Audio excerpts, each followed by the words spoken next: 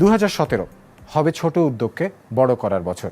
তাই ক্ষুদ্র ও মাঝারি শিল্পের উপর ভর করেই দেশে বেসরকারি বিনিয়োগ বাড়বে। আর বিশেষ অর্থনৈতিক অঞ্চলের মাধ্যমে যাত্রা শুরু হবে বড় উদ্যোগেরও বছরের শেষ ভাগে।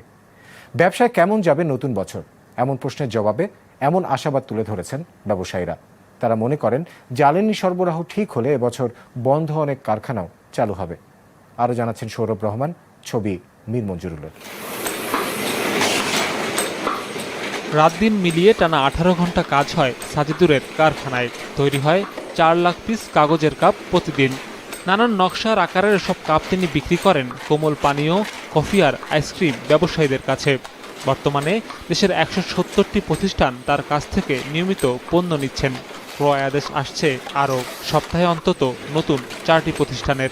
সেই চাহিদা মেটাতে নিজেদের উৎপাদন 3 গুণ বাড়াতে চান সাজেদ নতুন বছরে। এক্সপ্যানশনের যে আমার যে প্ল্যান, সেখানে আমি 14 লাখ পার ডে আমার তৈরি করার ক্যাপাসিটি হবে।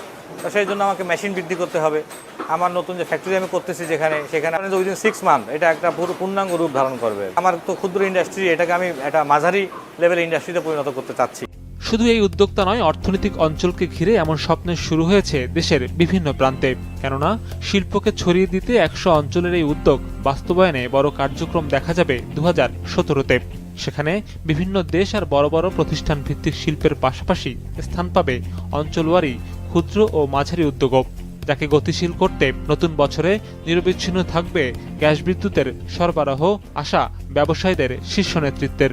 অনেক বন্ধ শিল্প আছে যারা আজকে গ্যাসের জন্য, পাওয়ারের জন্য চলতে পারছে না, কিংবা যারা নতুন শিল্প করতে চায়, নতুন উদ্যোক্তা যারা বসে আছে একটা পাওয়ার, তারা কিন্তু সবাই চলে আসবে। আর সবচেয়ে ইন্টারেস্টিং হচ্ছে বড় শিল্পের টাইমও লাগে হতে অনেক দিন, স্মল মিডিয়াম তা না। স্মল মিডিয়াম মাস 6-8 মধ্যেই শুরু হয়ে যায়।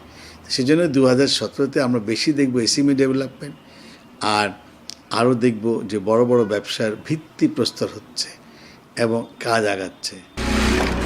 এমন সব উদ্যোগকে টেকসই করতে চাই দক্ষ কর্মী। ব্যবসায়ীদের আশা, শ্রমের দক্ষতা বাড়াতে প্রশিক্ষণের কর্মসূচি ছড়িয়ে যাবে দেশ জুড়ে নতুন বছর 2017-তে। সৌরভ রহমান, বিজনেস রিপোর্ট, মাছরাঙা টেলিভিশন।